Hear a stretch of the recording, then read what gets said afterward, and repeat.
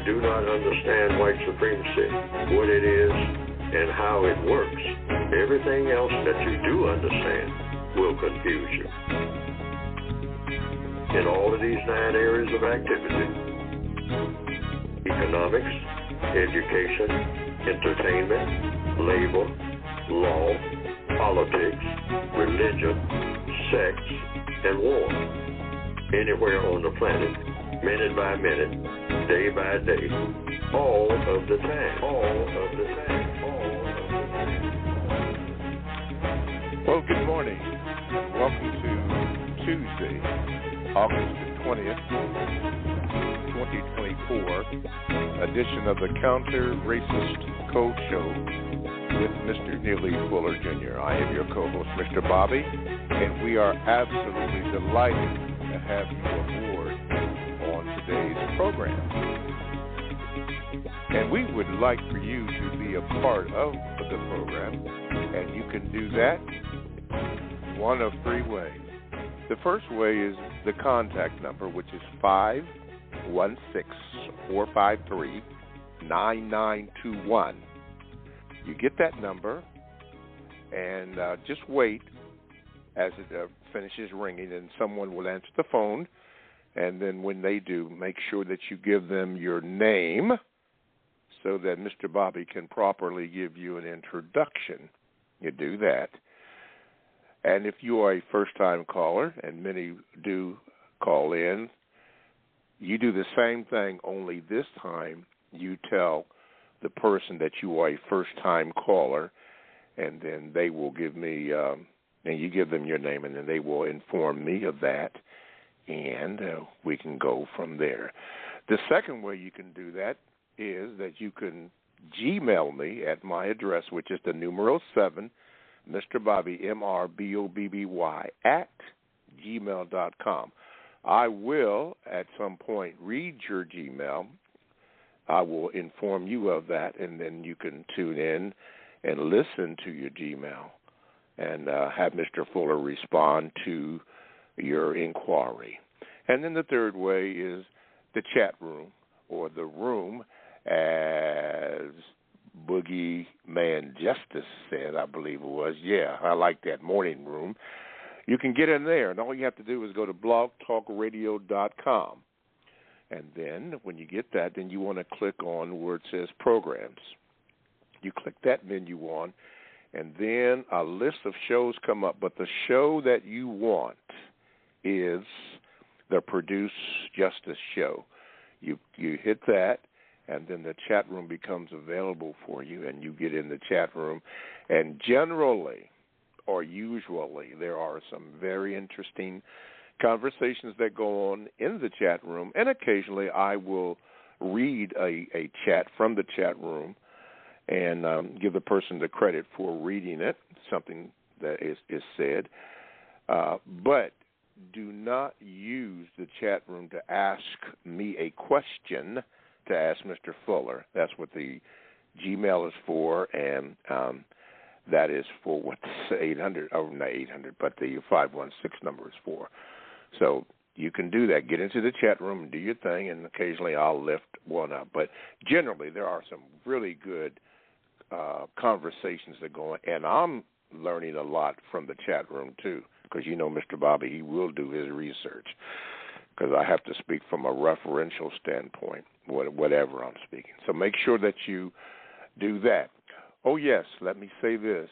To my understanding, unless I have it wrong, Mr. Fuller is scheduled to be on the Carl Nelson Show this Thursday, which would be the 22nd of August, 2024. And I'm going to check that again to make sure that I'm giving out the right information. Okay. Yeah. Oh, and let me say this, because this is the one thing that is detested here is confusion. And I realize that I made a mistake. Yes, Mr. Bobby made a mistake, and, you know, I always ask you for forgiveness. But last week, and even maybe the week before that, I talked about the council at Nicaea. I guess it was in 325 A.D., whatever. But anyway, and I kept mentioning Constantinople. Well, actually, it was under Constantine. Maybe Constantinople got its name from that, but it was the king Constantine that was there, where he decided that they wanted to eliminate at least 14 books from the Bible, as we know it. Now it constitutes 66 books, but as was mentioned last week, the Ethiopian Bible has 88 books in there, and under the, I believe it was the Roman Catholic, they took out the 14 books to make the total of 66 books, from 80 to 66, which means 14 were eliminated. But those 14 books, I think they're called the books of the Apocrypha, and in particular, one book that is really outstanding is the Book of Enoch. The Book of Enoch is a very good book. I think there's 3 volumes of it, but you can look at that online, read it online, or even audio it online. Very interesting, very informative. So I want to make sure to get that clear, because we do not want to get confusion or be confused on things. So it wasn't Constant. It was at Constantinople, but it was Constantine, the king, what he wanted to do. And now we have the result of that is the books that consist of what they call the Holy Bible. But anyway, just so that you know, like I said, I don't want to promote confusion.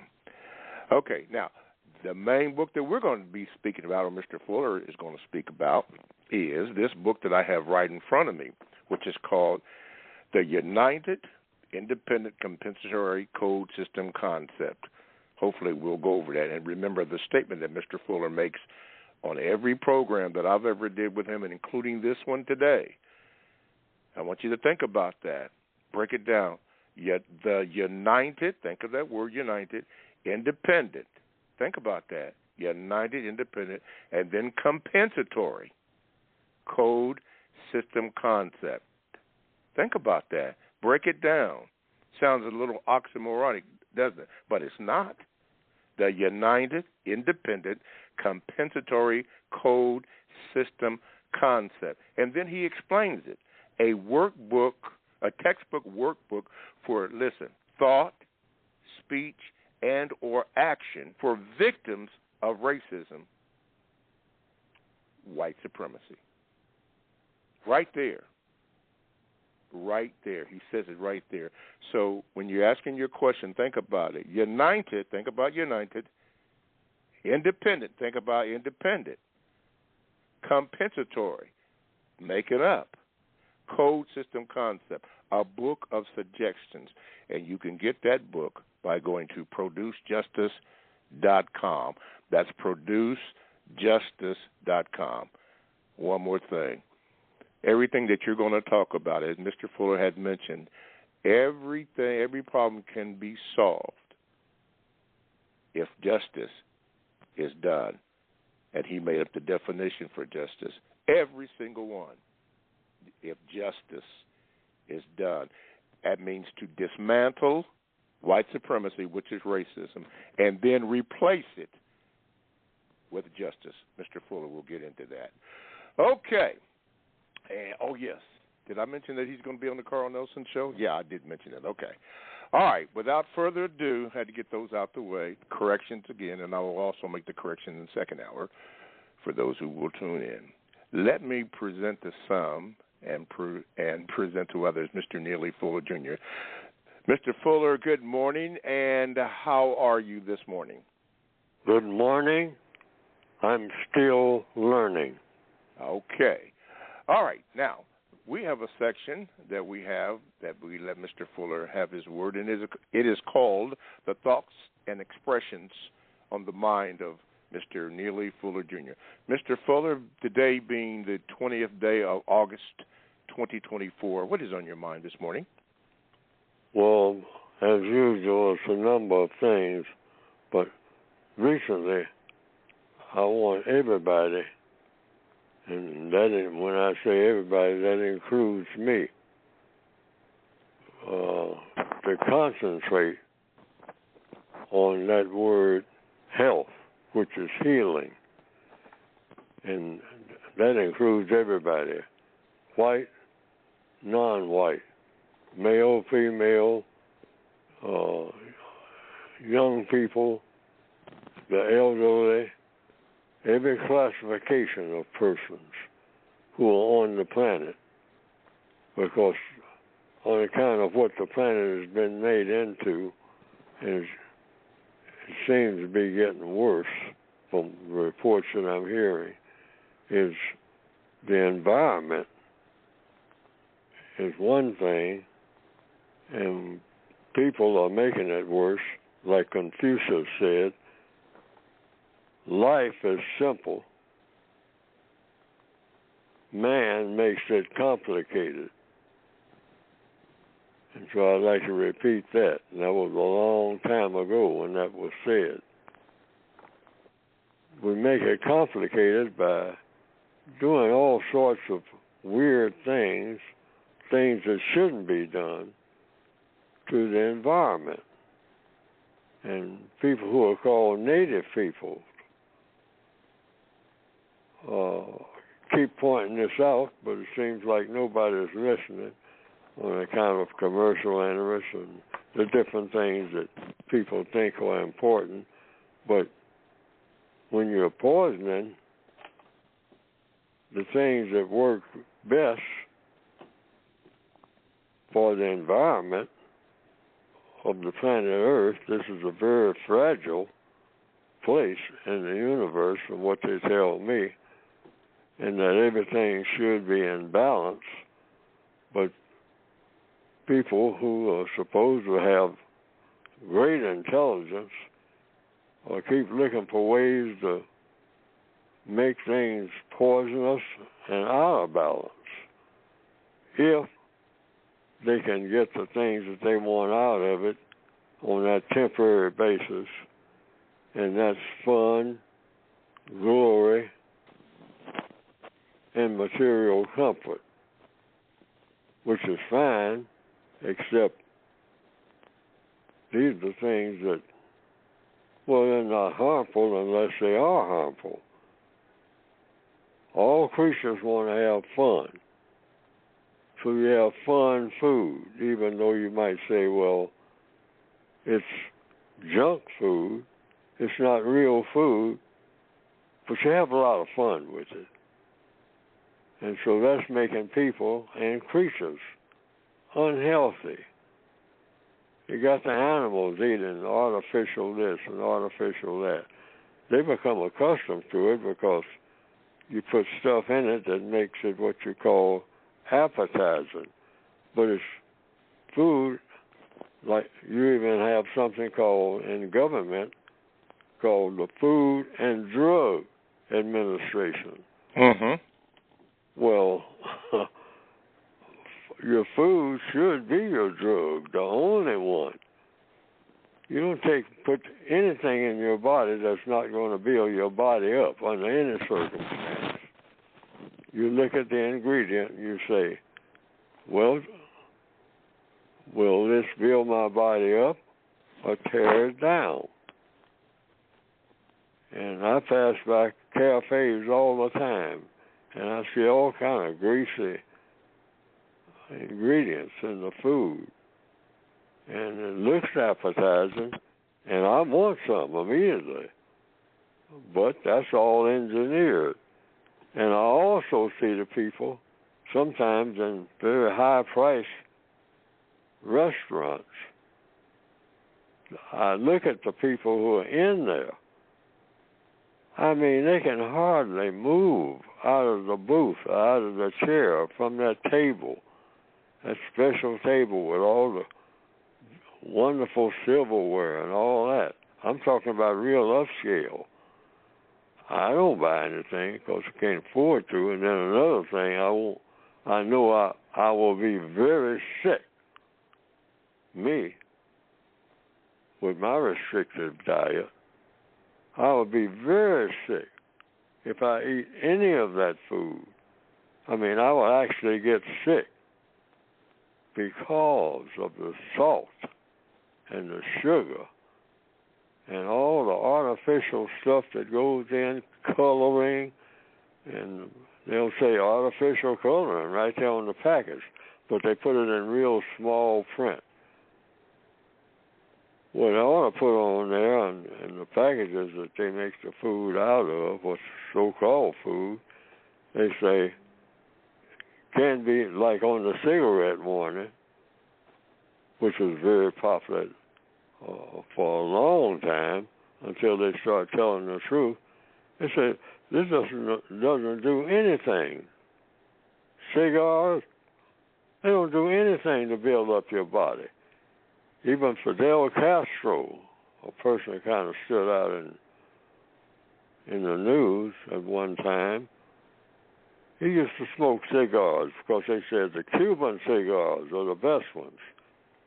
And so when you would see him as a very young person with a cigar in his mouth. But finally he came out in public and said, yeah, that was something that the Yankees glorified. And they pumped it up that I believed it. I always had my cigar, Cuban cigars, which is the very best.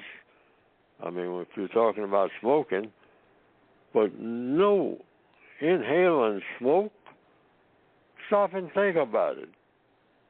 Even the so-called Indian peace pipes, inhaling smoke. You can't get better, if you talk about inhaling, than air. But it's all kind of nonsense right in people's faces. Now they got something called vaping, and it's all over the place. And they catch you early, like anybody who wants to entice somebody, like a sexual predator, catch them early. Get them smoking early. If you're talking about the area of sex, catch them early so that they don't know sex from nothing else, from a hole in the ground. I mean, and the hole in the ground is where they'll be with HIV and all this. But that's a part of the health thing. But we should pay attention to health. And this, because if you can't help yourself, and I know about that, you can't help nobody do nothing. No point in talking to nobody. That teachers, preachers, I mean, if you're not watching your own health, and look at a lot of the preachers, look at a whole lot of the teachers, particularly black females, I mean, grossly overweight out of frustration. I mean, they got so much coming at them. They're overburdened. I mean, it's not their fault. It's the fault, directly or indirectly, of the white supremacists who just say, live fast, die young, and have a beautiful corpse. That was the slogan that came out in the 1940s. Live fast, die young, and have a beautiful corpse. When people come by and look at you, they say, oh, the body looks great. Crazy as we can be. Total insanity. But I'm talking about that health thing.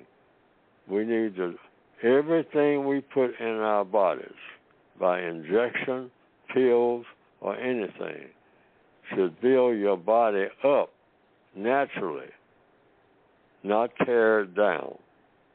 And you should ask that question every time you get a fork full of food. Is this building my body up or tearing it down? Yes or no? And so I just want to emphasize that, because that's the first thing that you have to have. And I had to learn that at a very early age. Everywhere I would look, drink some type of cola. When you see that word cola or soda, you should say, no, that's not for me. I don't care what it looks like, what kind of bottle it's in, or how it's been modified and upgraded and all like that. Drinking at football games. concerts. Sodas, colas, no. From what people who know about this type of thing say about it. And doctors, sometimes they go silent. Mm-hmm. We tell the truth. When you ask about it, say, doctor, is this food, this food that I'm eating right here in the hospital? And you can order different things in the hospital. I've been there a number of times. And it tastes good. Mm-hmm. But doctors a lot of doctors, most of them, kind of go silent when you start talking about the food that you're eating right there in the hospital. And I think they've been told to do that. Don't you mention about food, nutrition, or you won't be working at this hospital, doc. I mean, we got corporations that send big money over here that pays your salary. And they look out for the medical profession overall. Oh, yeah. So we have to kind of just put up with some things, even though as doctors we know better. But we can't control, the bureaucracy that is also controlled by people who sell pills. Mm-hmm. Maybe I'm on the list for execution right now. Could be. Because nobody's supposed to be talking like that. Nobody. Mm-hmm. Mm-hmm. That's correct. But more and more people are talking that way. Mm-hmm. All righty. So that's on your mind this morning. Okay. Thank you very much, Mr. Fuller. Thank you very much. Again, announcement, because I just got confirmation.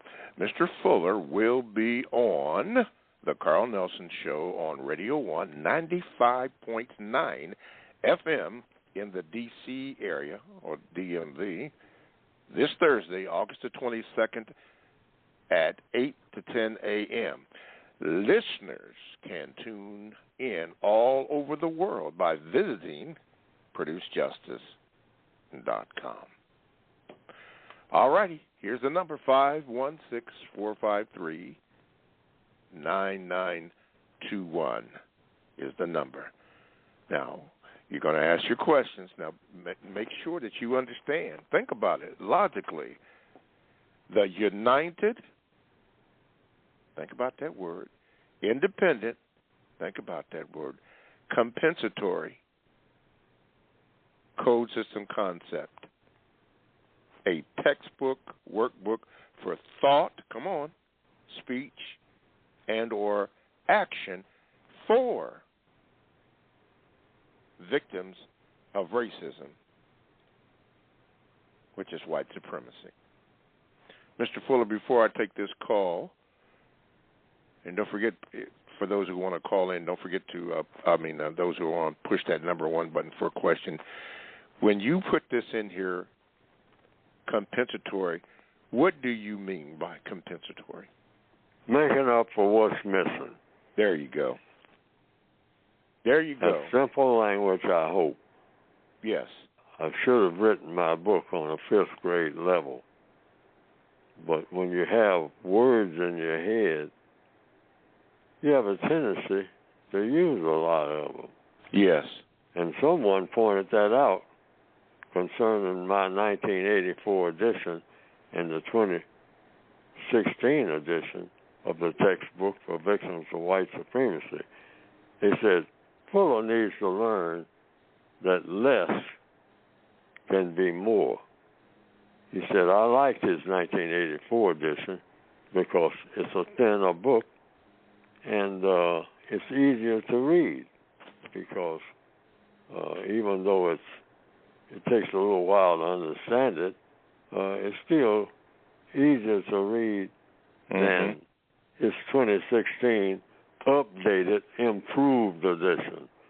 said he didn't improve nothing. He made it worse.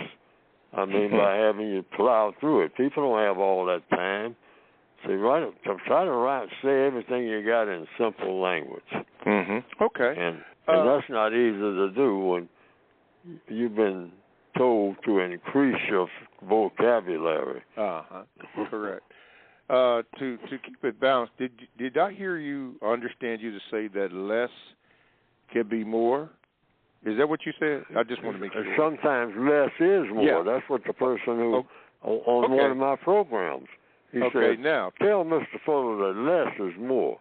Okay. If you know how to do it. So I concluded that the caller was correct. I should have tried to write at the 5th grade level, because that's where a lot of people read. So if you want to get more readers, you write simply. Okay, got it. Now, keep it balanced. Since you said less can be more, to keep it balanced, all things are in balance. Can more be less? True. Okay, good. That's what I mean by balance. There you go. Got to keep it balanced. Okay, let's go to Milwaukee. Corey, get ready. The United Independent Compensatory Code System Concept. Suggestions. Okay, Corey, here we go. Let me get you in here. All right, Corey, you're on with Mr. Fuller. Good morning. Hey, oh, man, you're really breaking. We got a bad connection here, Corey. Okay. All right. Let's see. Okay. Is that better, Mr. Bobby? That's a little better, but now we can't hear you. Okay, you still can't hear me? Hey, you're right on it, brother. Go ahead. Okay, thank you. Sorry, I apologize about that. Mr. Fuller, you mentioned in talking about the area of health that fun is encouraged, even like fun in what we eat, fun in what we drink, and fun in what we do. In the area of health, there is mental health. Can you please express how, as victims of white supremacy, racism, we seem to, in general speaking, want to have fun over dealing with reality and truth because it makes us feel bad. Can you expound on that, Mr. Fuller? Absolutely. The whole system of white supremacy is designed to make you feel so-called good by making you feel bad. Yeah. All right? I mean, just like the food that I just finished talking about. I mean, hey, it tastes good. And I'm talking about, I really like it when it tastes good. I like that.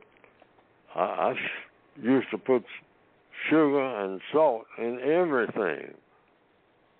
And both of them are lethal. That's poison. That's like cocaine. It'll make you feel good, but it's wrecking you. But I was a long time in learning that. My father, I inherited a cafe, and everything in it was just drowning in salt. Chili beans, and hey, that salt shaker, all the customers have become addicted. Hey, fill this salt shaker. And we had salt shakers that sat on the counter. And they were real salt shakers. I mean, you get a sausage and rice. And swimming in gravy, and then grab that country-size salt shaker made out of tin, big holes in the top, and just dump it in there like. Not shake it, dump it, and sit there and eat, and be getting sick as a dog, be staggering out of that restaurant. The customers would, but we didn't know any better. And hurrying back to the job, and then almost throwing up. So much salt, and anything that required syrup or sugar artificial. On pancakes, just drown those pancakes in syrup. Mm-hmm. You know what I'm talking about. I do. Butter. Baby. I mean, hey, a huge dish of butter on the counter, because that's the way we used to do it. Sit that butter out on the counter. And I mean, the guy get a big forkful or knifeful of butter and slap it on them pancakes, and then just drown those pancakes. I mean, 3 and 4 of them, and in each layer, and then get that, because people did a lot of hard work. They and sure they think did. it was making them stronger, but it's actually making them weaker. All that white flour. If I eat pancakes today, I'll get sick. Literally. That's why I stopped eating them, really. Pancakes. Pancakes. And I want pancakes all the time. See, it's in you. It's in your blood. It's in your wants. But hey, you show me some pancakes, I want them, but I cannot eat those pancakes. Okay. Now, I'm not trying to put the pancake people out of business, but I'm saying, well, black people, Florida, you're putting a lot of black people out of business and run restaurants and whatnot. Well, we can start advertising. Advertising does a lot. And start saying, we serve healthy food here. Everything you eat in here, learn to love it, because it's going to build you up, not tear you down. That's right. And black people can pioneer that. That's another thing I've been leaving out of this health thing. Okay. We can become the champions of what we call getting rid of that traditional food, including all black people's lovers of chitlins and all that. All kids. Okay, wow. All right, Corey, thank you. Thank you, Mr. Fuller. We're going to break it off right here. Thank you, Corey. You are listening to the Counter Racist Code Show with Mr. Neely Fuller Jr., and we certainly thank you for doing that as the phone lines are beginning to fill up. Listen, you can call in and be a part of the show, 516-453-9921 is the number. Call in, and when they answer the phone, give your name to the person on the phone, as the person in this 262 prefix has or is on the line for a question. Make sure you give the call person your name. If you are a new caller, you do the same thing, only mention that you are a first-time caller, and then we have something, a priority status set up for you, so make sure you do that, okay? All right. You can also get in the chat room. You know what to do. Go to blogtalkradio.com. You want to click on where it says programs. You click on that, and then you, when you click on that, then you want the Produce Justice Show. And when you do that, the Produce Justice Show, the chat room becomes available for you. And you can get in there, and generally or usually they have some very good conversations, good information that is in the chat room. And lastly, you can Gmail me at the numeral 7, Mr. Bobby, MRBOBBY, at gmail.com, and I will get it and read it and go on from there. By the way, the person in the prefix 305, make sure I get your name, because I see Corey's name came back up again, so we'll get Corey maybe on the second round, or unless he called back. Yeah, he had another question. Okay.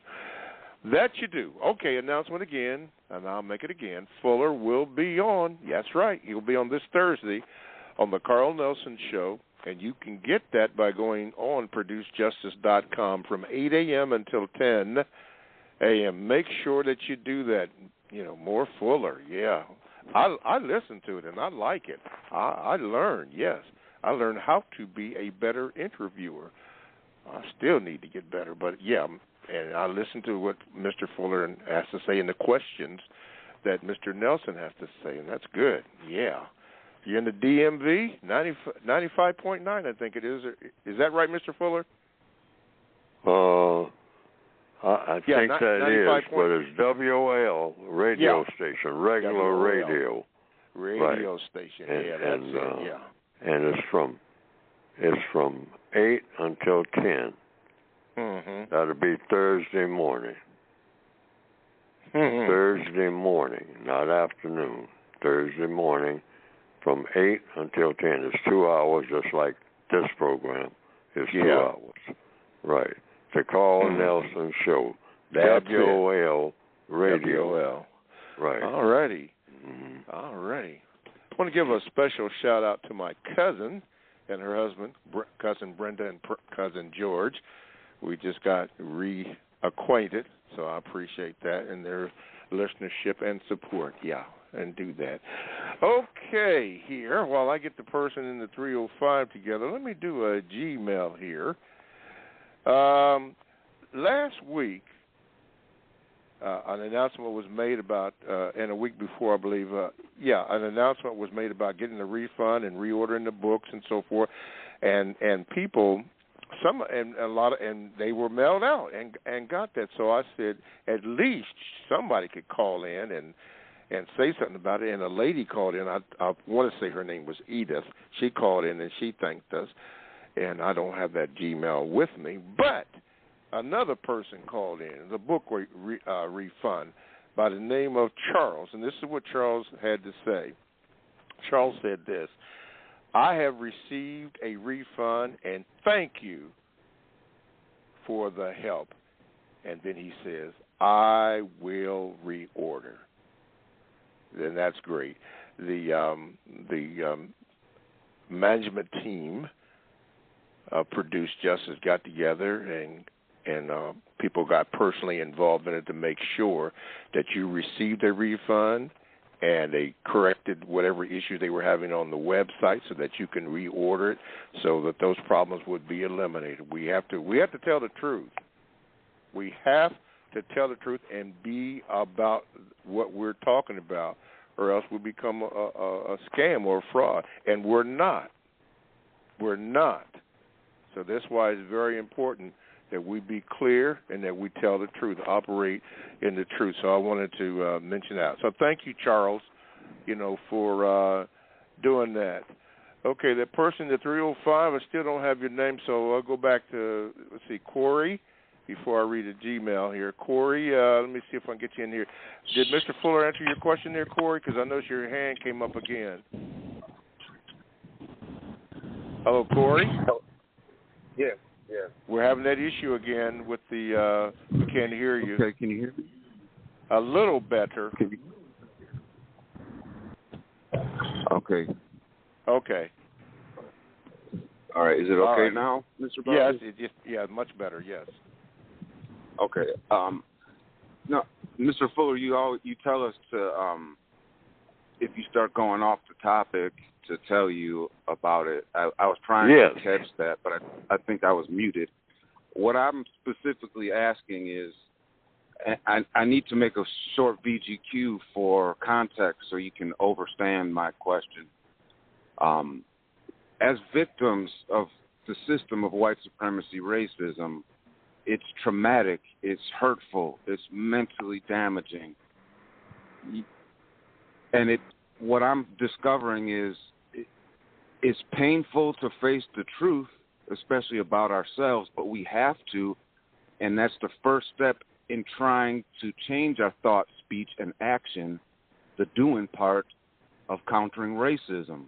Can you please expound and explain why that area of health, the mental health, instead of just trying to avoid our problems and feel good and not think about it, we just want to have fun and do all this stuff. Can you please explain how we need to deal with the pain mentally to get healthy so we can start producing justice? Should embrace it. not just endure it, should embrace the truth. I mean, I feel better when I say, hey, this is the way I am. I am just as messed up as I can possibly be, which is the truth. Neely Fuller. So you don't need to examine anything about Fuller to say, find out what his weaknesses are and all like that. I am a mess. And the thing about it, when I look around, the comfort part comes, if you're looking for that, out of making comparisons and all like that, it makes sense that I'm a mess. I've never even heard of a black person who wasn't a mess, or a white person. Not one. George Washington was a mess. Abraham Lincoln, Benjamin Franklin. They were a mess. All the emperors of every Roman hierarchy, all the Alexander the Great, he's a mess. Napoleon Bonaparte. This world has always been a mess, and I'm not the first one to say that. I mean, it's all through what you call the Holy Bible and other religious institutions. And the creature walking the face of this earth who is anywhere close to the way that creatures ought to be, that's supposed to be human. You can't find a human being nowhere. Not one. I mean, even the most so-called angelic. So that's where your comfort zone is. If I was sitting on, in some high court right now, quote, unquote, and all like that, and that question came up about Neely Fuller's, character or something, I would tell the judge in a minute, and it's a great relief to just spill it out there. Oh no, Judge, I don't care. I know who's been talking to you, but you got it all wrong. This person you got on this stand right now is a holy mess of the first order. Because when you're in the system of white supremacy, Your Honor, you got to be a mess. And no matter how you try to camouflage it, there's no camouflage that anybody ever dream up that will stick on close examination. They say, well, I'm a judge, and you're saying that, hey, we can kind of start with you, Your Honor. Because you're in the system of white supremacy. How messier can you get? Mm-hmm. We're all in it. All white people. Yeah, we're all in it. We're all great mistake makers. The person that dreamed up the idea of racism made a mistake.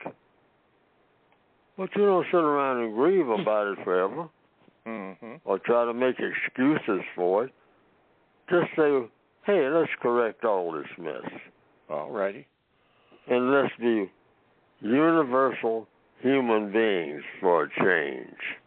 Yes. That's a huge change for all of us on this planet, in every village. And black people themselves need to stop glorifying black people's so-called civilization in the past. Okay. There's no record where people were ever the way that they should be, because all of the records show that people had murderers in their midst. And I don't care what kind of tribe you glorify yourself as being, if you have one murder in your past, you're not the type of people that you should have been. Yeah, that's right. So forget that. Forget it. Just forget that. And start saying we're going to, for the first time in recorded history have a people on this planet, some people, who didn't have murderers in their midst. They said, well, there wasn't but one in 1,000 years. I mean, you know, that's a pretty good. No. One is too many. How about them apples? Our standards are too low. Mm-hmm. Okay. Excuse me for sounding like I'm preaching, which is what I'm doing. But even that, you know, you're not supposed to be trying to preach the truth. You just tell it. You just tell the truth. Yeah, exactly. Yeah. All right. Stop all that Corey. theater. Mm-hmm. I'm going to keep you on the line, Corey. Thank you very much. Okay. Let's see here. The person in the 929, make sure that you give the person on the other end your name so I can properly introduce you. But to the 305, down in Florida, we have Taylor. All right, Taylor, get ready. Let me cue you in here, Taylor, right here. Let's see if that works. Okay, wait a minute. There we go. Taylor, you're on with Mr. Fuller. What is your question? And thank you. Yes, thank you for having me on. My question to Mr. Fuller. Yes, sir. Mr. Fuller, what do you suggest on how to manage or handle, or how do you deal with toxic family members, including if it's a parent? And thank you. Hang on, Taylor. Go ahead. Go ahead, Mr. Fuller. All problems, and I keep saying it, and I'm going to keep saying it because I have to. All problems are solved through the process of what? According to the code. Questions and answers. Mm-hmm. So anytime something looks like a problem coming up, ask questions. Now, what questions? It has to do with what people want. These are one of the last things I told Dr. Frances Wilson before she passed away. And she said, wow, I'm going to use this one. And I said, it needs to be spread. Mm-hmm. Talk about what questions do you ask? It's 4 questions. What do you want me to do? That's what you're talking about yourself. Why do you want me to do it? How do you plan for me to do it?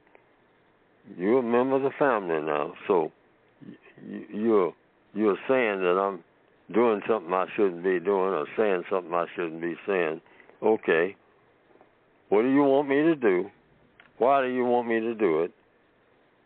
What plan, now we're really getting serious, do you have for me to do what you want me to do? And then the 4th question. It's just 4. That's the dynamite question.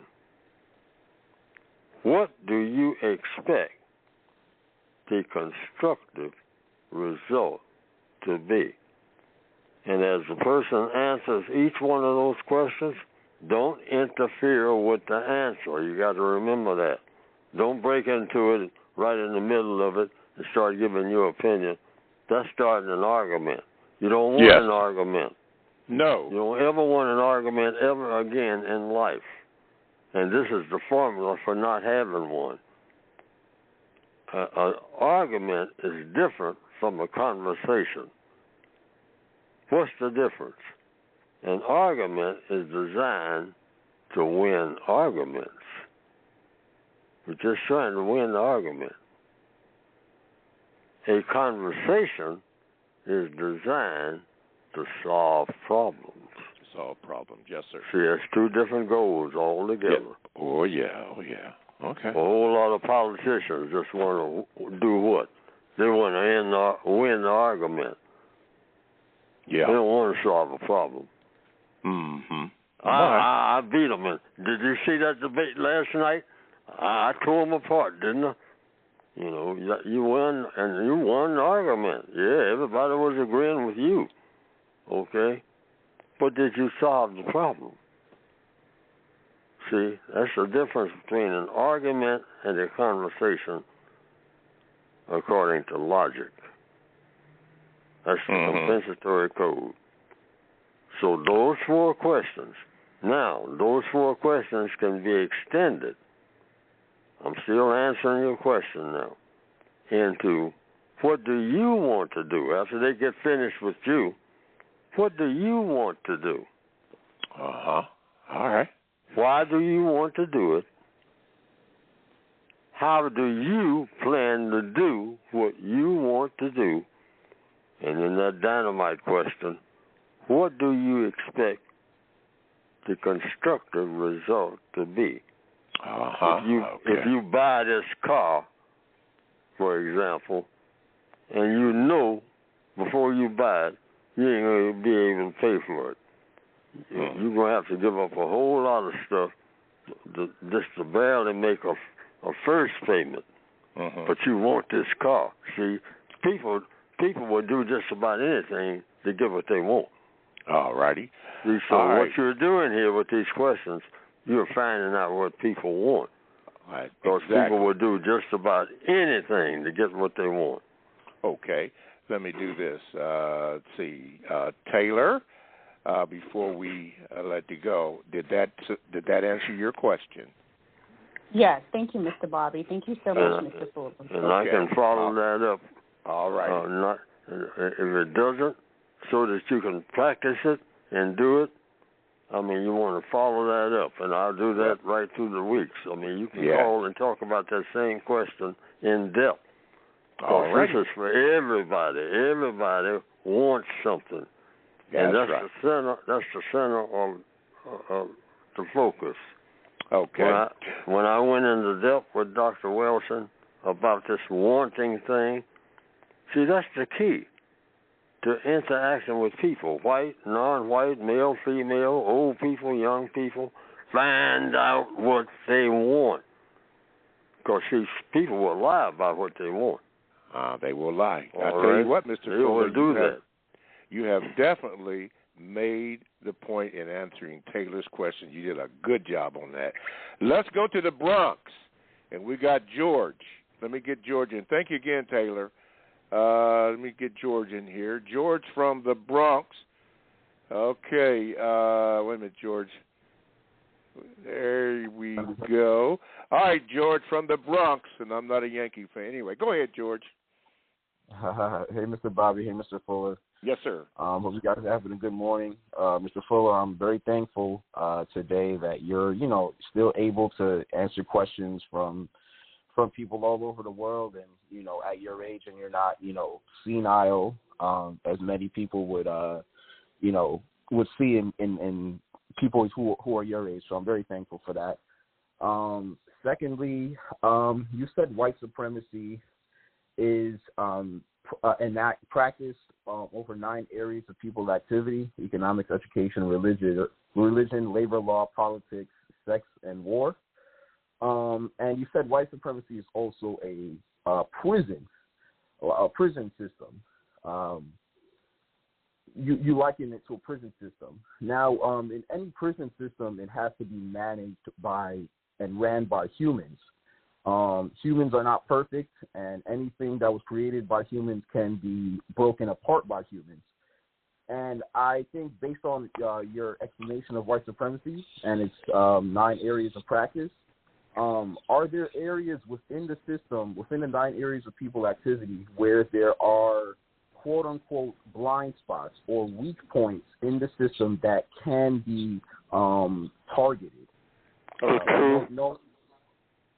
No area can, like, I wouldn't imagine a white supremacist practicing in equally as strong in all areas of people activity. So is there a weak point within the 9 areas that victims of white supremacy can target? The question is there a weakness in the system of white supremacy? That's the question, correct? Yes. Is there a weakness within any of the 9 areas of people activity of white supremacy that can be targeted? For okay, example, George. We got it, George. You got it, George. Yes. and you ask questions about, when you're talking to a white person, ask them what do they want. Like I said, these are the keys. It took me years to say, Fuller, you've been missing it all the time. It's staring you right in the face. Ask people what they want. People have wants. Now, want is a weakness and it's a strength in anything. But see, you have to want the correct things and get it in the correct way. Mm-hmm. See, and that's what these questions will lead to. So that's where the weakness is in the system of white supremacy. This is where the truth is. See, when you got a system built on lies and telling people lies and fooling people, making them think that refined sugar is a wonderful thing to have, making them think that being a cigar smoker or being a vapor, inhaling smoke is better than inhaling air. See, that's what the white supremacists do. They had black people growing what? Not food, tobacco. Tobacco. Mm-hmm. You're out there sweating in the sun, growing something that's absolutely poisonous as a slave on top of it. See, this is the weaknesses in the system of white supremacy. Just point out what is obvious. Yes. And ask questions, see. If you make statements, now you're going to get an argument.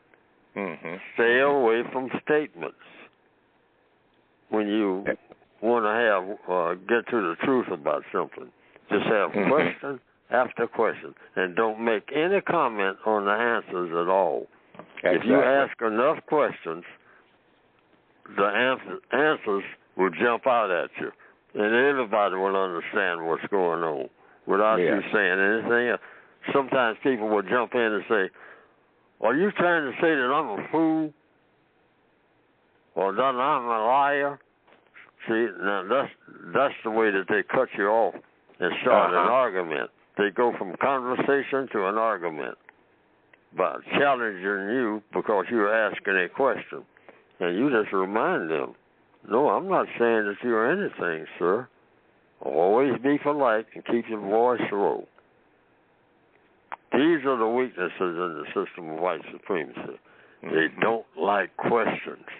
They'll ask you 1,000 questions, 1,000,000 questions. But when you start asking them questions, they start squirming. Oh, yeah. Speaking about squirming, let me do this. We have come to the conclusion of the first hour. So I'd like to say thank you for your calls. Thank you for your Gmails. Thank you for listening. Forgive me for any mistakes that I've made, and trust me, I have made many, but I'm trying to get better. Now, if you have to go, we don't want you to, but if you have to go, you have a blessed week, and hopefully you will tune in next week.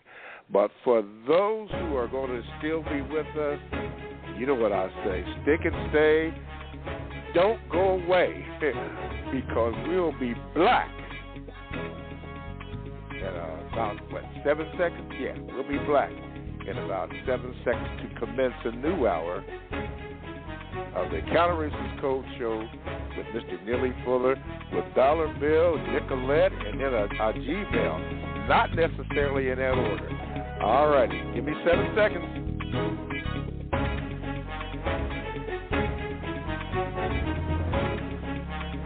All righty, welcome back to the second hour.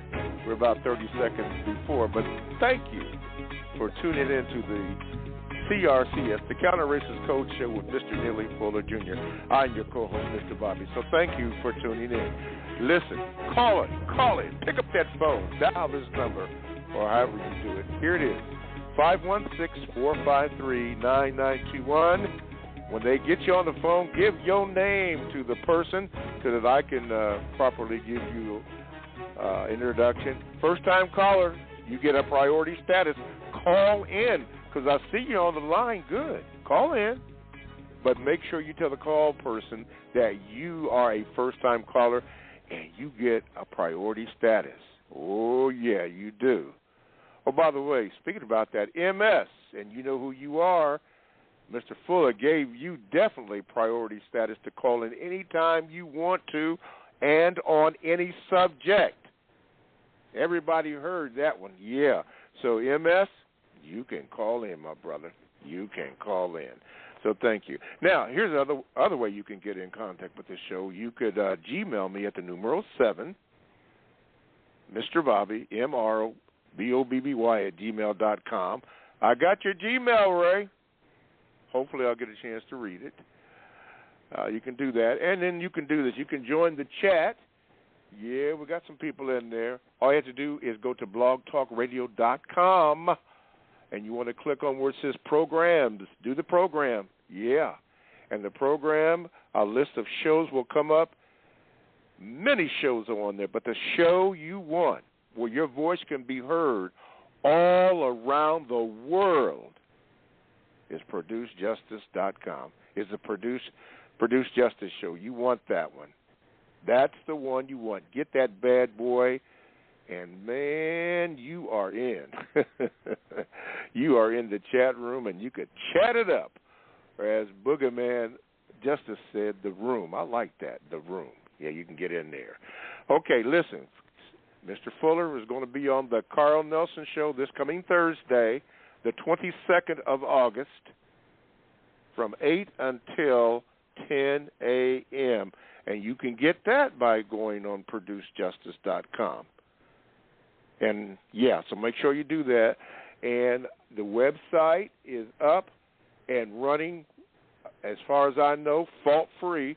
So the book you can now get without any problems at ProduceJustice.com. Make sure that you get that. For those of you, we need that. Yeah, we need that. We need that guide, a book of suggestions. And like I said in the beginning of the hour about that, I want you to think about this as you ask your question, because the answer is right in front of you. The united, think about the word united, independent, think about that. Compensatory, put that all together. How could something be united and independent at the same time? Compensatory, Mr. Fuller said. Make it up for what is lost. Code system concept. Suggestions. Think about that. Come on now. Think about that. Right here, it's a guide. It's a guide to tell you what to do. To me, it's spiritual, really. Very spiritual. Some people don't like for you to quote, or Bible verses and so forth. But if you look at this and read this and get an understanding by asking the 4 questions that were mentioned, you could see the parallel in that. How about that? Yeah. All righty. ProduceJustice.com. Okay. All righty. Let's see here. Let me do this, because my other phone was ringing. Let's see here, but I can't answer that because I'm on the air. Okay. Let's see here. Okay, Mr. Fuller, this is a Gmail. And Nicolette, I'm going to get to you, and then Dollar Bill, I think it's going to be the order. Anyway, this comes from Nanziel. Yeah. Forgive me for mispronouncing your name. I know I did, but not on purpose. He said, could you please ask Mr. Fuller this? He has said that for something to be codified, it has to work each and every time. And if it does not work even once, then it is no longer a code. Well, Sonia Massey killed recently by a race soldier and several other black people throughout history who did not fuss, who did not fight, fuss, and or flee, were executed. Would Mr. Fuller still suggest this approach as code? Mr. Fuller? What approach? Don't fuss, don't fight, don't flee? The approach that you made about following the code. Yes, which is don't fuss, don't fight, and don't flee. She did that and was still killed. Yes.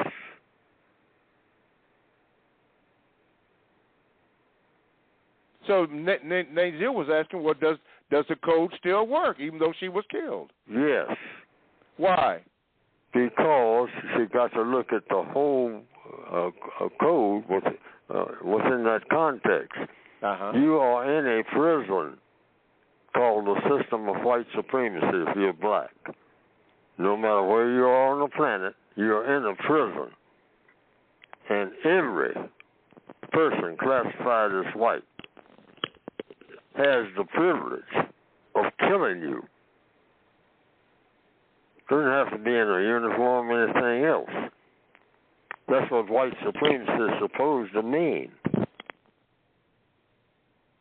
In fact, almost have a duty in most circumstances, if they choose to. License to kill. I'm white, you're black. I have a license to kill you. Go ahead, please. Hello. I hear people talking. Okay, I'll tell you what. I'm on the air right now. Let me call you back in about an hour, okay? Okay. All right, thank you. I'm sorry, go ahead. Mm-hmm. Yes. I don't recall ever telling people that way you won't get killed. Mm-hmm. No. That's why the system has to be gotten away with. We're not, exactly. They don't negotiate if they don't want to. But they'll tell you, well, let's negotiate this. They know how to do that. They can just go back outside. That officer could have just walked back outside and called for a backup and said, we'll just wait until she calms down. That's all it takes. I mean, that would take up less time than all this news coverage and having the news people come flocking around and whatnot, and then it becomes controversial. Somebody might even start a riot about it, or you got to have a demonstration for the umpteenth time. I mean, it keeps happening. We see that. That's what white supremacy means. If it wasn't happening like that, there wouldn't be no such thing as white supremacy. Mm-hmm. Mm-hmm. White supremacy means, hey, I can kill you anytime I want to.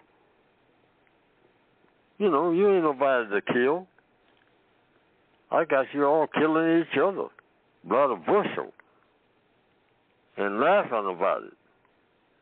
Got the teenagers thinking it's funny. Killing. Mm-hmm. All right. We train you that way. All righty. And we train you to think that you can MF your way out of a pair of handcuffs. It's never been done by anybody. All right. One more MF and I'll take these cuffs off of you. Mm-hmm. Neely, this is why it is important, as I've been pointing out today, about the United Independent Compensatory Code System concept, a book of suggestions. Remember the statement that Mr. Fuller makes and has made at the beginning of the book and at the beginning of every program. Listen to what he says. Please, sir, and everybody else, listen. Mr. Fuller, make that statement again if you don't. If you don't understand white supremacy, which is racism, what it is and how it works, everything else that you understand will confuse you. That's it. Because the government of this world is the system of white supremacy. Exactly. The government of this world, called planet Earth, is the system of white supremacy. That's the only government that counts because it's the most powerful. You can't name any government. There's no such thing as the United States of America. It doesn't exist. So what does exist? The system of white supremacy in neon letters, capitals, all of them, the letters. The system of white supremacy. That's the world government in the year 2024. Now, I either told the truth or I didn't. That the United States, whatever that's supposed to mean, is the government. That's what we say in the Northwestern Hemisphere. There's no such thing as the government of the United States. No such thing as that. I will go into anybody's court and say, that's an idea. United States of America? That's an idea. It's a great idea.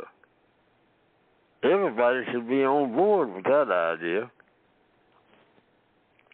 And also, you might add in parentheses, Africa and Asia. But neither one of these governments exists in 2024. Not the United States of America or Africa or Asia. United. All righty. Why? Because you have to have a definition for it first. And by the definition it is given. It's a concept. Like the code is a concept. Until what? Until people start doing it.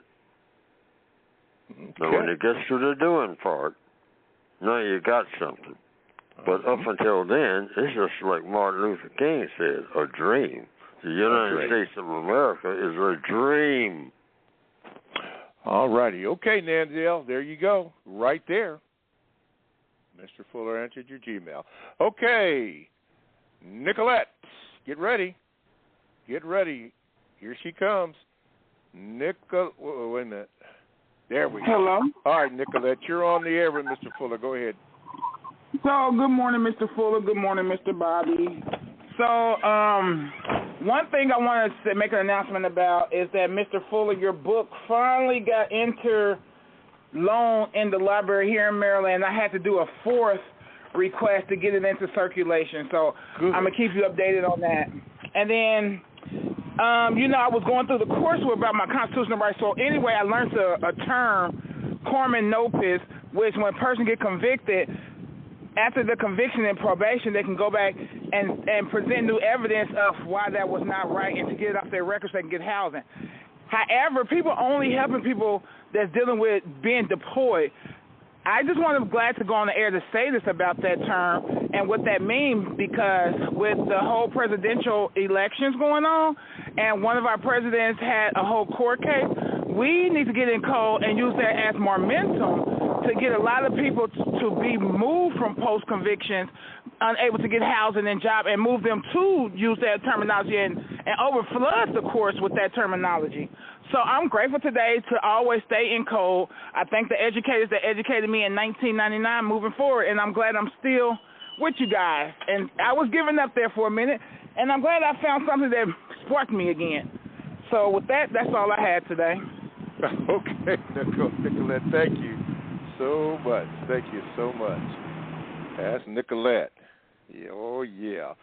Let's see here. This one right here. This is Ray. He says, he's asked Mr. Fuller about his thoughts on this being the 4-year mark of his release of the compensatory code. And also, could you ask ask this, on the code. And also, could you ask Mr. Fuller to tell the audience again about what happened to him on December the 7th, 1984?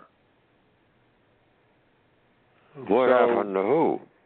He says, please also ask Mr. Fuller to tell the audience again about what happened to him on December the 7th, 1984. 84? That's what the Gmail says. On December the 7th, 1984. Yes. I have no idea. I don't know what I did that day. Okay. Okay. December the 7th, 1984. Uh-huh. I don't know. I have no idea of where I was or what I did. I know that I was in Washington, D.C., because that's where I am now. Uh-huh. And that's about all I know. But what did I do on that day, or what happened? Okay. What happened in the news? I can't. My memory is not that good. Okay. Man, that would be wonderful if I knew what I did on each day that I've been on the planet. Okay. How what about I this? had for breakfast. Okay. How about this? It says, please ask Mr. Fuller about his thoughts on this being the 40th year mark of his release of the compensatory code. How about that? Your thoughts about it being released 40 years ago, the compensatory code. 1984, right. Yeah, that was the first edition. Okay. What I call the original. Yes. And what my thoughts were? That's what he's asking. My thoughts were to get it published if I could find a publisher. But I didn't want none of the, they wanted certain changes made. I think I don't remember the publishing company. It was a white guy. Uh-huh. That they sent down from New York. And they told him to look me up. And I won't give the name of the publishing company because, for one thing, I don't remember it right now. It'll come to me. Right. All right. But Ray responded to what he had asked you about you being held at gunpoint on December the 7th, 1984. Was that true? I never heard that. I don't know where that came from. Okay, I'm being just held reading at gunpoint? That's what he just said. He was in held 1984? at gunpoint. I guess so. Said he was held at gunpoint. No. So you never been held at gunpoint? Oh, I've been robbed. Oh, yeah. Okay. Yeah. I got robbed. Okay. It scared me to death. And I've been in combat. And I was never more frightened than I was right here in Washington, D.C., just a few steps from my apartment, the apartment that I occupy. And about 6 o'clock in the evening, 2 black guys came up from behind me. And one of them was in front of me. And one of them said, the one behind me said, turn around and face the street. And he had the gun in my side. And I said, oh, my goodness. Yeah. I mean, I'm in danger.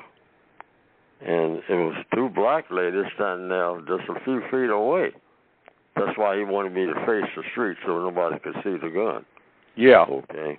And it looked like 3 black guys standing there having a conversation. Uh-huh. That's what it would look like to a passerby. Because it was 2 black ladies just a few feet away. And I said, it's broad daylight. I said, these guys are high on something. And the one in front of me, his eyes were dancing. So I said, oh, my goodness, I'm going to lose my life right now. I said, these guys are high, and they're desperate. Well, they wouldn't be doing nothing like this. Right here in front of everybody. All right. But they did. I took out my wallet and gave it to them. And in the process of trying to get to it, I dropped my gloves. The guy in front of me, he picked up the gloves. And I started to say, "You really are a mess." I started to say something like that. I said, "No, I keep my mouth shut. I'm going to die right here." And I looked around, and, you know, people were passing by and whatnot. And I said, "I'm going to die right here. And I don't have my book out. There's so many things I want to do. And, man, now I'm going to die right here. So this is how it's all going to end." And so they took the money, and then they ran. Then I got mad in answer to the caller's question. And I started running after them. As crazy as I could be. Right. But when they got down to a corner, I was yelling at them. I said, you know, "Stop, somebody call the police," because there's a lot of college students who were being dismissed right across the street. That's where I was located. And they had just come out, a whole lot of them. And so I yelled for people to call the police while I was running. But everybody looked, you know, surprised because, you know, who is that guy? He yelling and whatnot. But then the guys turned the corner, and then I came to my senses. I said, it's a fence down there that they don't know about, and they can't get over that fence. Because I knew the height of the fence. So I knew they're going to have to run back the way that they came. And so I said, I got to get out of here. Because if they come back and I'm standing there, they're going to shoot me. Because they ain't got no choice. Okay? I've attracted all this attention now. So then I started running back the other way like I had some sense. But they didn't have cell phones then. Yeah. In 1984. Oh, okay. Wow. Right. I didn't know that story. Wow. Oh, yeah. That's the closest I've ever been. And I've been in combat. I mean, in combat, not a few days at a time. I've been in combat nonstop for 10 months. When I went to Korea, they put me right on the front lines. No hesitation at all. And I stayed there for 10 months on the front lines.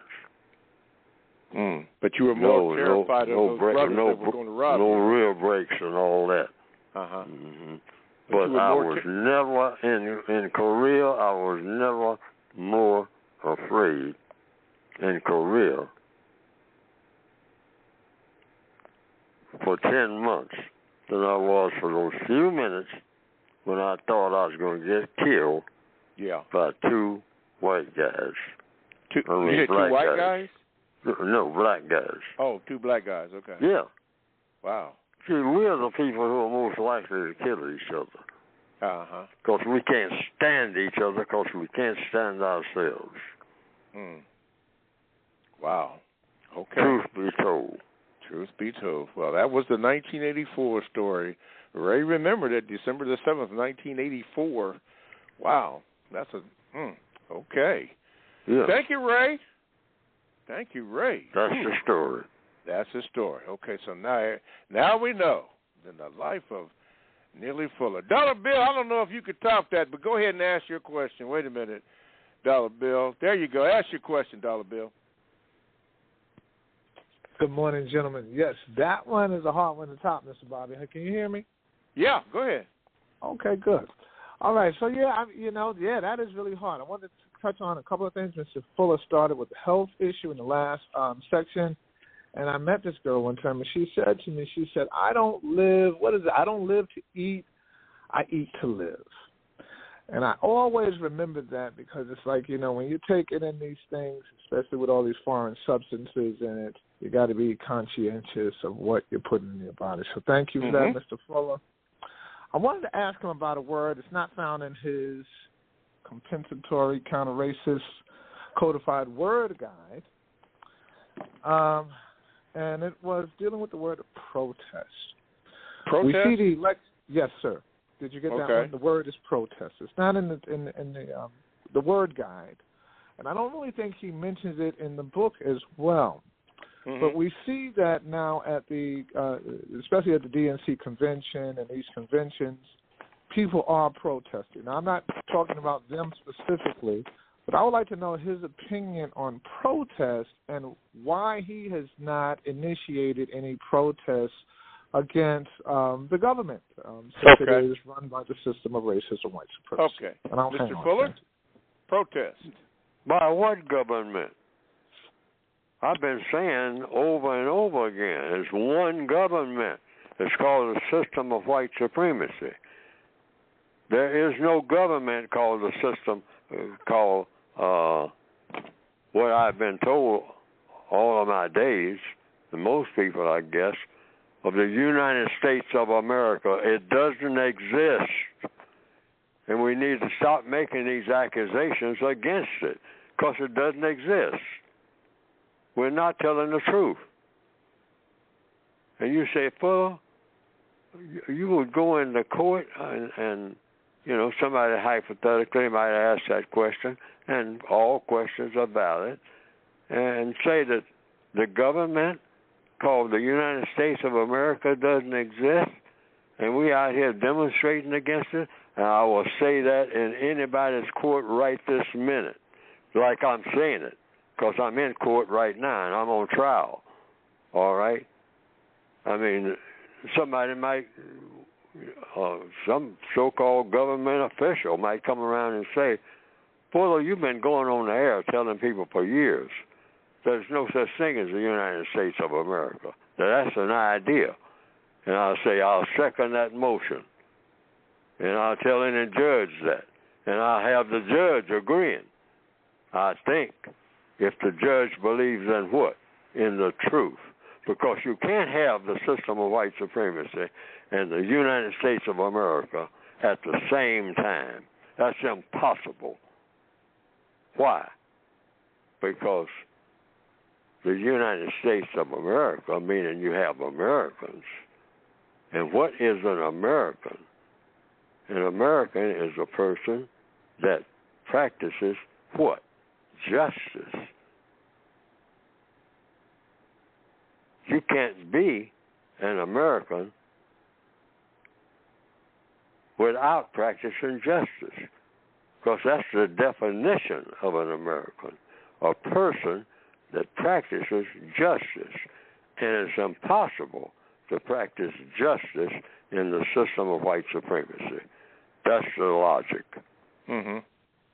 And I'll go on a witness stand, I mean, right this minute, anybody's witness stand, Neely Fuller. I'm saying this to the whole world, right this minute.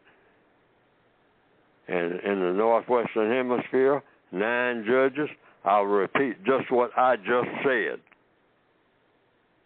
See, this is nothing to play with. And I am not a nervy person. I'm a very cowardly person, Neely Fuller. Tell the truth. All right? So when I say something, you know, I get afraid real easy. Fear is something that I give over to real easy. I have fears. And I'm afraid of the system of white supremacy. But if somebody calls me on this one, when I'm being tested for what you call Americanism and all this, I ain't going to have that problem, because I'm on board with Americanism all the way. Mm-hmm. All right? When I hear black people talking against America, I say, don't do that. That's in the code. Talk against the system of white supremacy. That's evil, and everybody knows it, including white people. And now, for the first time, I'll say in the last 4 years, I hear white people talking about white supremacy. They weren't doing that before. But I kept telling black people, don't mention America as ever doing any harm to anybody. Because an American has never existed, except there was a guy named Americus, and he was a journalist. Yeah, Vespucci, yeah. Yeah, Vespucci. Amerigo, that was his first name. Yes. And people who heard about him said, oh, you talking about those people that Amerigo wrote about. He's a journalist. He was a writer. Amerigo Vespucci. That's where the word came from. Look it up. Look it up in any dictionary, encyclopedia.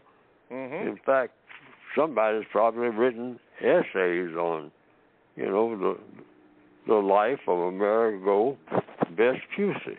Yes, I researched that, yes. Yeah, if you got a dictionary anywhere near you right now, pick it up.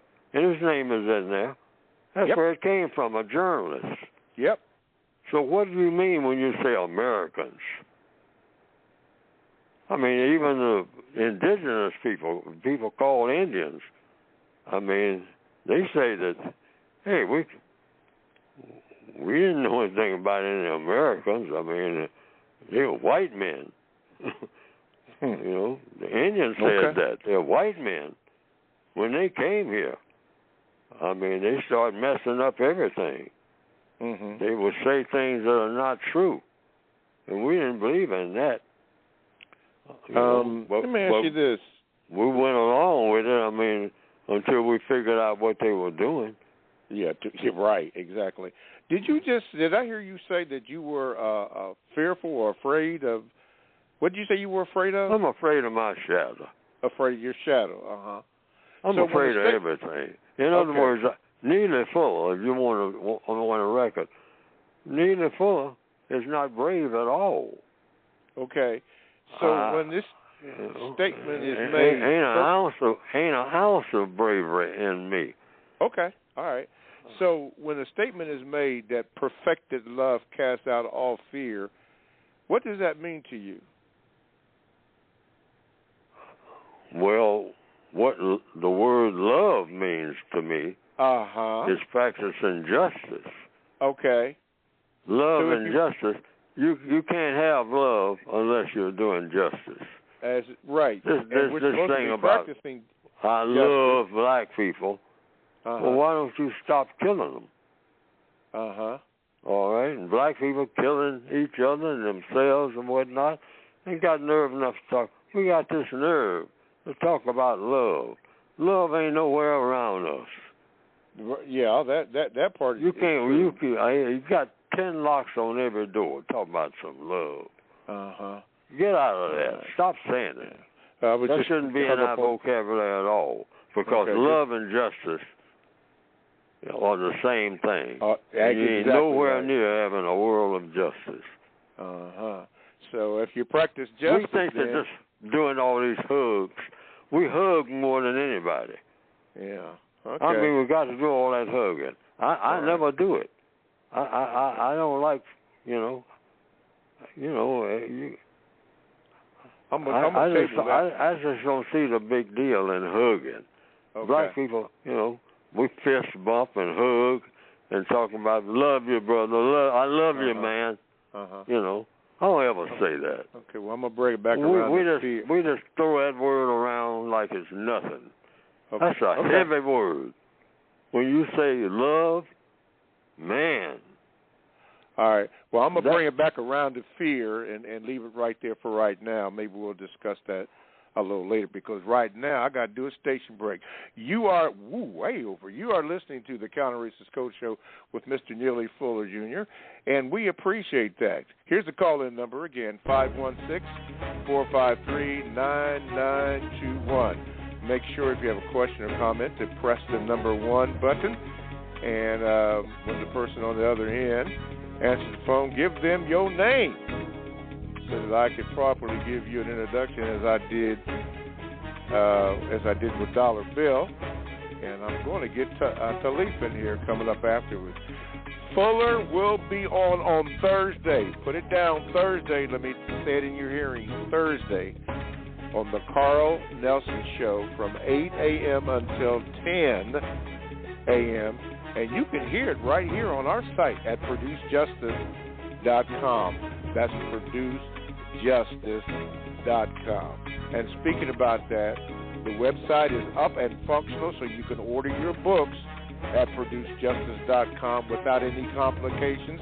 And thank you for those who wrote in or expressed to me that they did receive their refund for books and that they can reorder if they want to. Now, everything is working good.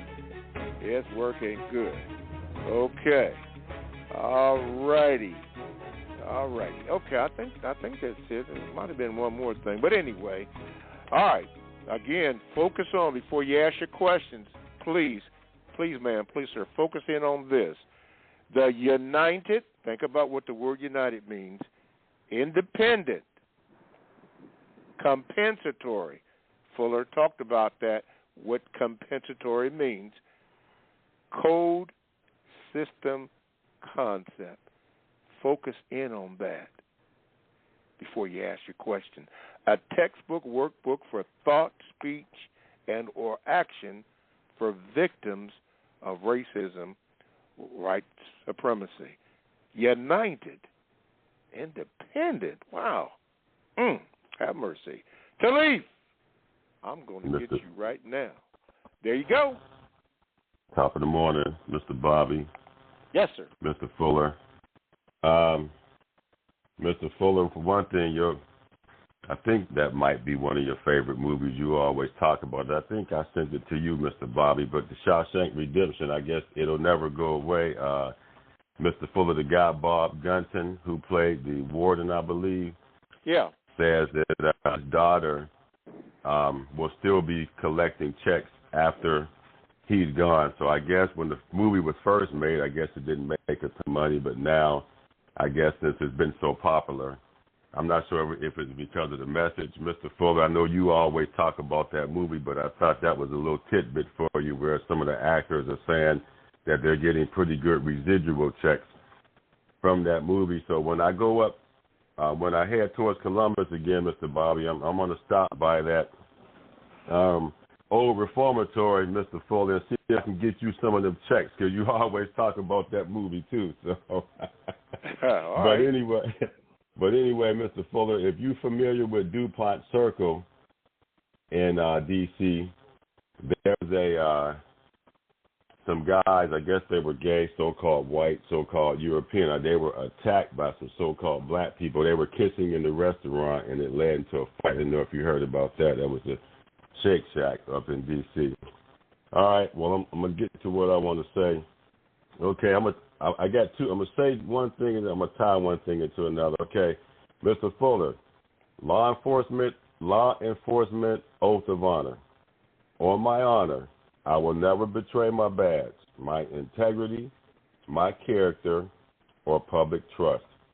I will always have the courage to hold myself and others accountable for our actions. I will always uphold the Constitution, something that you talk about all the time, Mr. Fuller, my community, and the agency I serve. Now, I'm going to tie this in. I want you to answer this, because I don't believe that could happen on this particular place that we call America. 1828 Webster's Dictionary is an adjective pertaining to America, American, a noun, a native of America, originally applied to the aboriginals or copper-colored races found here by the Europeans, but now applied to the descendants of the Europeans born in America. And it says here, Mr. Fuller, the American must always exalt pride of patriotism. Now, reading that oath of honor I read to you from the police and this American tie-in, and I know you always say we will never be able to get that. So do you think that oath of honor will exist in this so-called place that we call America, that you are supposed to exalt pride and patriotism in, Mr. Fuller? The question is, Am I supposed to exalt what? Pride and patriotism, but I kind of ran it back to back with this oath of honor that these police departments supposed to have, which is basically saying they're supposed to serve you and hold themselves accountable for their actions. They're supposed to be held accountable for their actions. That's what they're saying. And I'm saying to you, in this place that we call America, do you think that will ever exist? And I'm trying to wrap my head around the question. The sense, is a police officer supposed to do what? Well, according to their oath, it says, on my honor, I will never betray my badge, my integrity. Well, I hold it right there. See, we take one step at a time. That's the codified procedure. So that everybody gets an understanding of every word that's being said. I will never do what? Betray my badge. Betray my badge. Yeah. Now, here's the way the code handles that. If you're talking to a person, if you don't mind, sir, hold it right there. That's what I would do. When he says that first thing, see, you got to pay attention to every word. I mean, even if it takes 6 months, just talking about a word. See, that's a part of the code. So you take one thing, you slow down and take one thing at a time. You will never, sir, ma'am, what? Betray, okay, deal with the word betray, my badge. So now it's question time right there. All right? How do you betray your badge? And don't help with the answer. And don't ask 2 questions at the same time. Just one. The person, that's the way to have a conversation and get to the truth. And not have an argument. And and more than anything, get an understanding of the truth. All right? Betray your badge. Now, what do you mean by that, sir or ma'am? That's the question. That's what I would do. See, once you start codifying things, I mean, everything starts falling in place. And it's real simple. Okay? Just pay attention to words. Just don't throw words out there like they don't mean nothing. Every word means something. Every word. Don't skip nothing. So that'll be my first question. But, I mean, before we get to the other questions, because it might be 10 million questions before this thing is over. That's the codified procedure. The judge might even say, we don't have time for that. And then I got another question for the judge. Your Honor, do we have time to produce justice? And I'll listen for the judge's answer. If the judge allows me to ask that question. Mm-hmm. Okay. Shalif, you asked Mr. Fuller that, you asked him, does he ever think that would exist? In what was that? Well, yeah, he was just getting to the first part. But I'm saying I got to walk through the procedure right now. Okay. Because the person is saying he's relating to me what the oath of taking office for a police officer should be. So if the police officer says, I will never betray my badge, okay, I got to halt them right there. Yeah. See, if you're talking to a person, you're sending a message. So you've got to understand the message. Otherwise, you got what? Okay. And Neely Fuller gets confused real easy. See, All right. so when I wrote the code, I say, hey, confusion is out. Okay. That's the first thing you get rid of. Okay, well, we done that. Right. All right, now. And what's that second part? After they answer the first part. That's what I would do.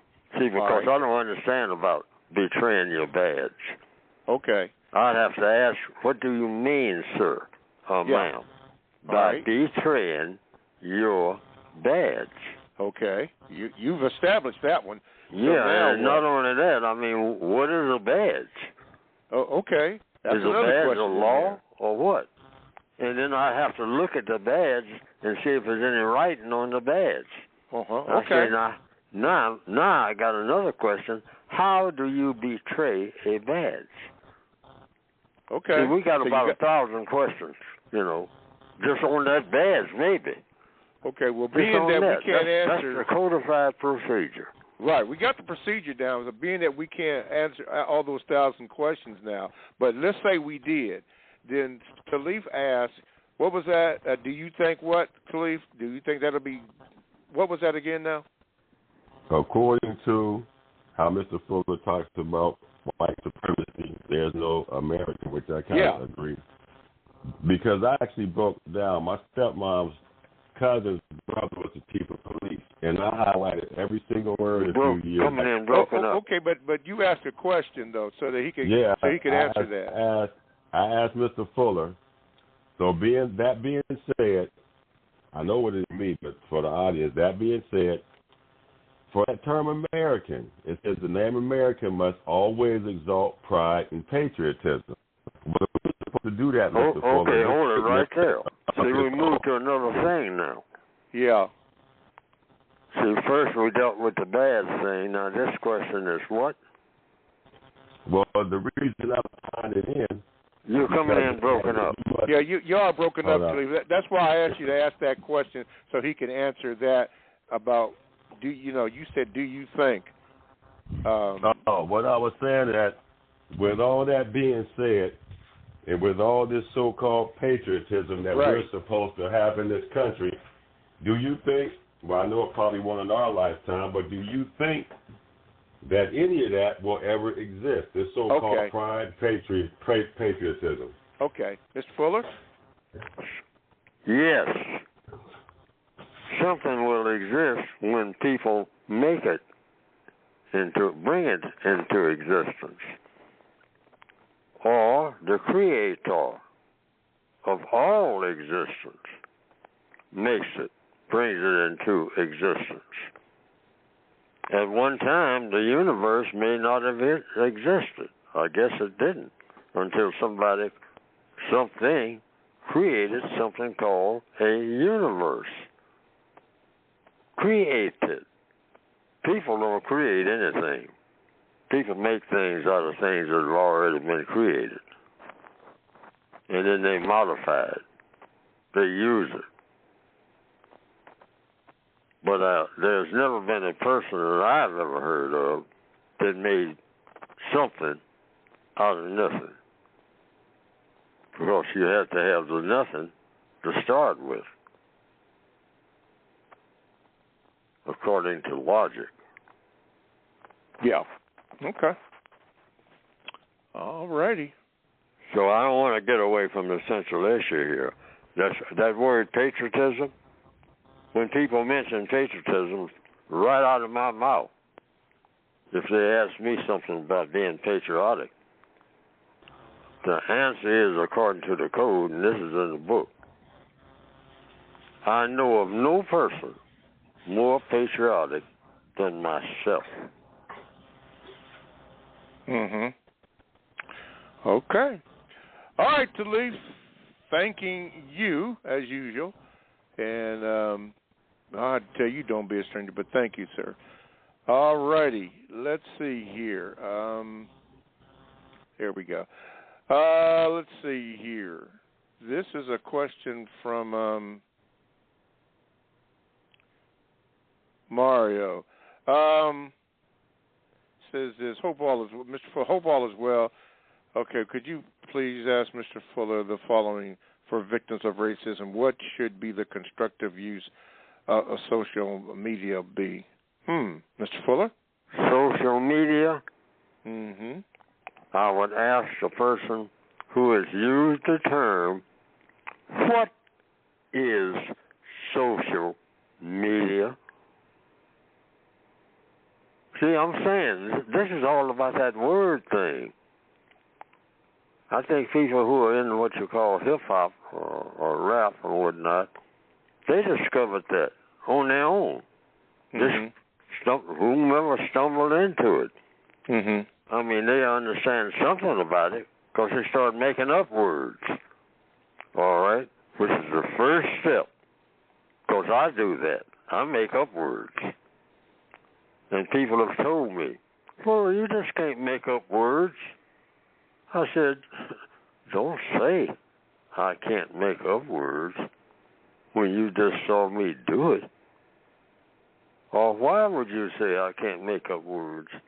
And they said, yeah, but people don't have to pay no attention to it.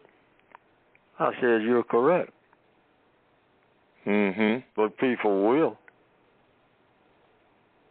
And I've seen proof of that. By people simply asking me, what does that word mean for? And then I tell them.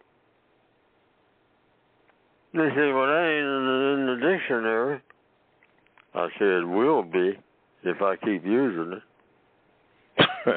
Okay. And you know what?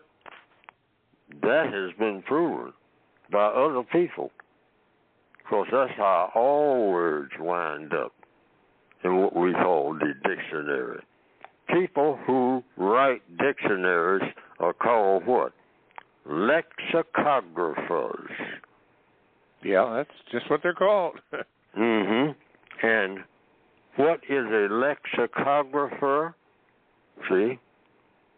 You know, somebody used the word lexicographer. What is a lexicographer? A person that goes around listening to how people use language, how people say things, and if they say it often enough, if there's enough people using the term, it goes into the dictionary. Lots of people have never thought about that. They say Merriam-Webster wrote the dictionary. Yeah. By doing what? Repeating what people were saying and putting it on paper. That's all. Mm-hmm. That's what lexicographers do. And Merriam-Webster, whomever they were some of the first people to do it. Mm-hmm. Okay. In the English language. In the English language. Right. Okay.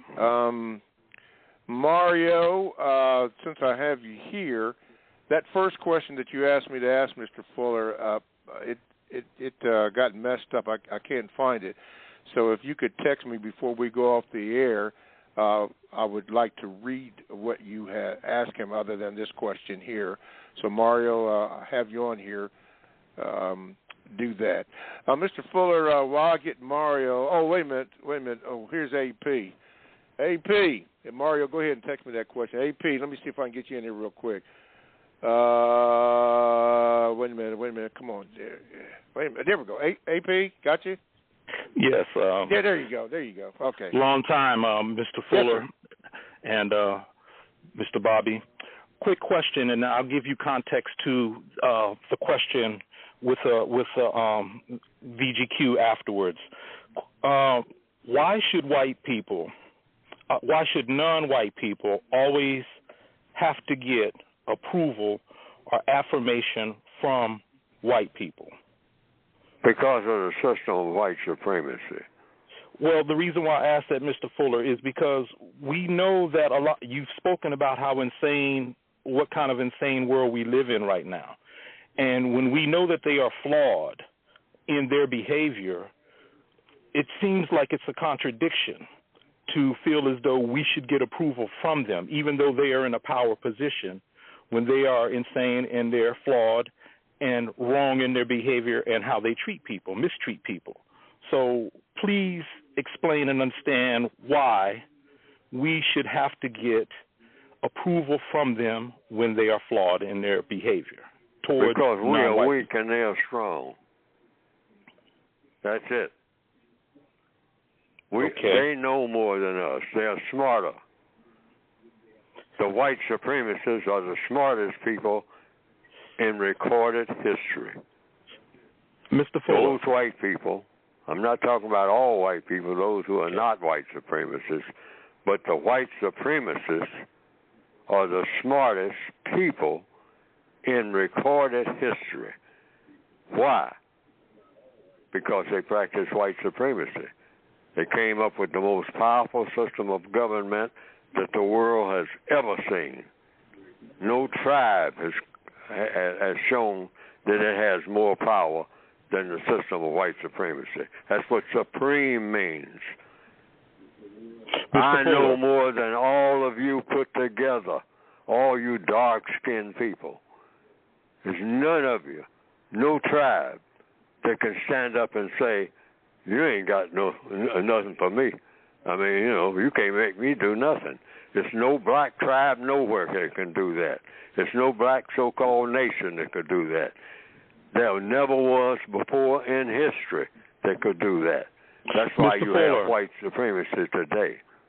Mr. Fuller, may I ask you this and say this? Should we, as non-white people, feel that we have to accept that they are smarter than us when they use means of lies, deception, and the manner in which they execute their supposed power position of being smarter than everybody else when they're lying, when they're doing underhanded things, they're doing all the things that they do that's supposed to be the sins of what they say are supposed to be sins in mistreatment of people that makes them smarter. Does that actually make them smarter?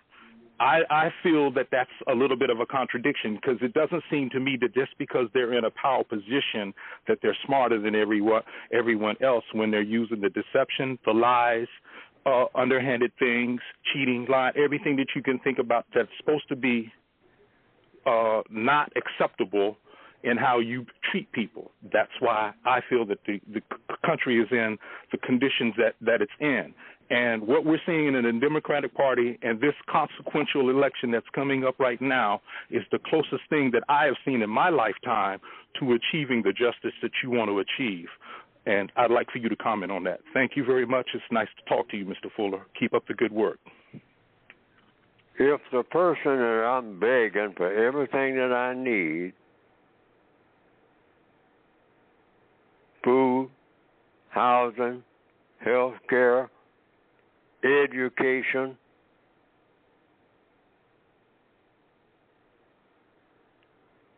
now this is a person or persons who I have to beg for everything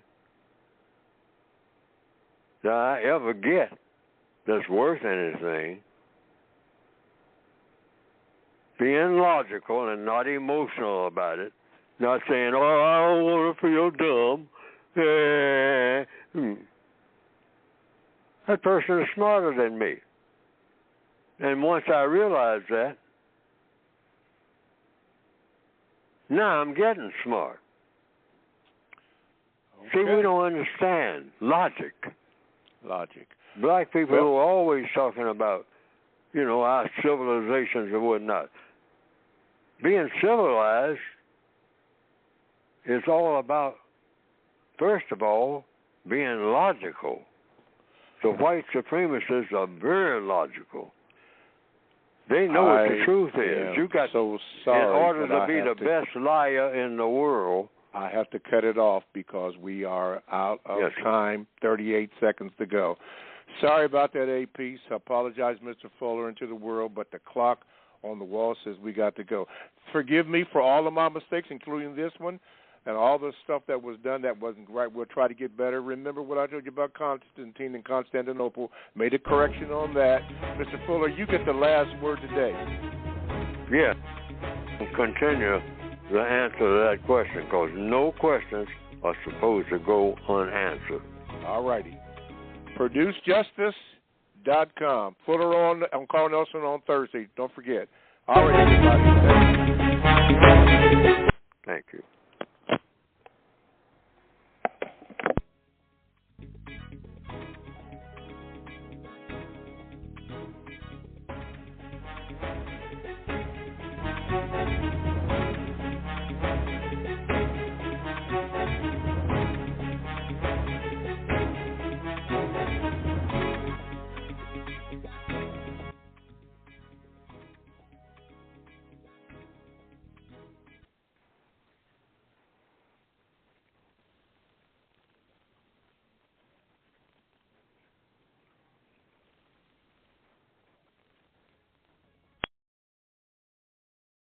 Cursing during your commute again?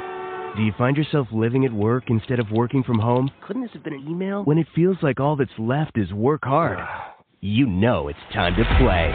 Easily find your next favorite game with Bodog. Play free casino games, get poker tips, and check out the latest sports odds. Visit Bodog.net today. #MakeAPlay.